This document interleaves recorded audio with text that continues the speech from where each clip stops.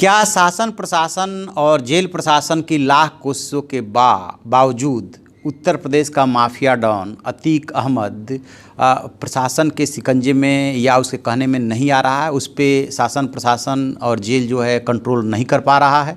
जो अंदर की खबरें मिल रही है वो तो कुछ ऐसी ही है। देवरिया से बरेली जेल शिफ्ट किए जाने के बाद उसने वहाँ के जेल अधिकारियों को भी मुँहमांगी सुविधाएं न मिलने पर धमकी दी है और अब ये मामला सुप्रीम कोर्ट में पहुँच गया है और सुप्रीम कोर्ट ने यूपी सरकार से जवाब मांगा है। क्या है अंदर की इनसाइड स्टोरी, कैसे देवरिया जेल में उसने रह करके रंगदारी वसूली और कई व्यवसायियों को मारा पीटा, मैं आपको बताऊँगा। मैं हूँ विद्याशंकर तिवारी, इंडिया न्यूज़ के डिजिटल चैनल इन खबर के लिए। दरअसल अतीक अहमद वो शख्स है जो इलाहाबाद और आसपास के क्षेत्रों में जिसके नाम का टेरर है और राजूपाल हत्याकांड को लेकर के वो सुर्खियों में आया था। उसने राजूपाल की सिर्फ इसलिए हत्या करा दी थी क्योंकि वो बसपा से विधायक चुन लिए गए थे, जबकि उस सीट पे उनके अगेंस्ट अतीक अहमद का भाई चुनाव लड़ रहा था और वो हार गया था। तो वो एक मैसेज देना चाहता था कि जो उसके खिलाफ या उसके परिवार के सदस्यों के खिलाफ चुनाव लड़ेगा उसका यही हश्र होगा।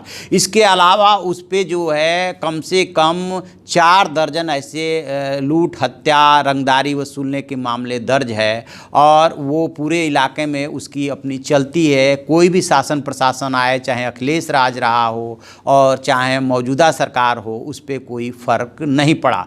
बागपत जेल में जब मुन्ना बजरंगी की हत्या हुई थी तो ये सवाल खड़ा हुआ था क्या कि जेलों में किसका साम्राज्य चलता है, क्योंकि वहाँ पे माना यह गया कि सुनील राठी ने उसकी हत्या कर दी थी और कैसे उसमें हथियार पहुंचा। तो उत्तर प्रदेश की जो जेलों की हालत है वो बहुत ज़्यादा दयनीय है और वहाँ पे जो भी स्थानीय माफिया डॉन होते हैं, बदमाश होते हैं, उनकी समानांतर सत्ता चलती है और जेल प्रशासन उनके सामने पानी भरता है। जब इस आशय की रिपोर्ट देवरिया जेल में से मिली कि लखनऊ के व्यवसायी से को 3 घंटे तक उस जेल में कैद रख करके मारपीट करके उससे 5 कंपनियां लिखवा ली गई और उसके बाद जब उस व्यवसायी बाहर निकला किसी तरह से, उसने थाने में रिपोर्ट दर्ज कराई, तब जाकर के शासन प्रशासन में हड़कंप मचा और उसे देवरिया से बरेली जेल शिफ्ट किया गया। लेकिन बरेली पहुंचते ही उसने अपने हिसाब से सुविधाएं मांगी। बरेली जेल प्रशासन ने जब हाथ खड़े किए तो उसने धमकी दिया कि फिर उसको कंट्रोल करना बहुत मुश्किल हो जाएगा यदि उसको सुविधाएं नहीं मिली तो।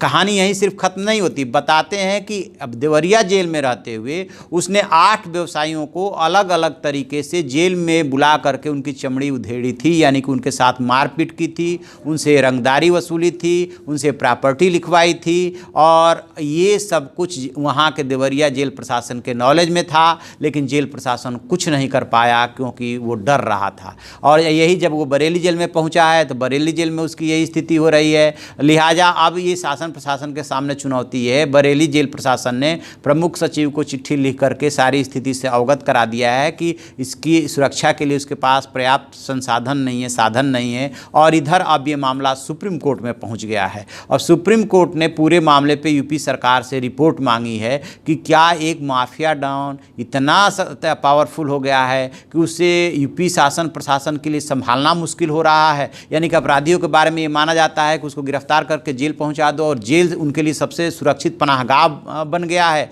किस तरह से वो 8 व्यवसायियों को बुला करके उनकी चमड़ी उधेड़ा देवरिया जेल में और किस तरह से जो है उनसे रंगदारी वसूली, ये कैसे हो रहा है, इसको लेकर के सुप्रीम कोर्ट ने जवाब मांगा है। तब देखते हैं कि यूपी सरकार इसका क्या जवाब देती है और उसको नाथने के लिए यानी अतीक अहमद को लगाम लगाने के लिए सरकार और जेल प्रशासन क्या कदम उठाता है। क्योंकि माना यह जाता है कि मायावती के शासन में इन जितने भी इस तरह के माफिया डॉन रहे उन पे कंट्रोल लगा हुआ था, लेकिन वो एक बार फिर से बेलगाम हो रहे हैं। तो आप ऐसी खबरों के लिए देखते रहिए हमारा डिजिटल चैनल इन खबर और उसे सब्सक्राइब कीजिए।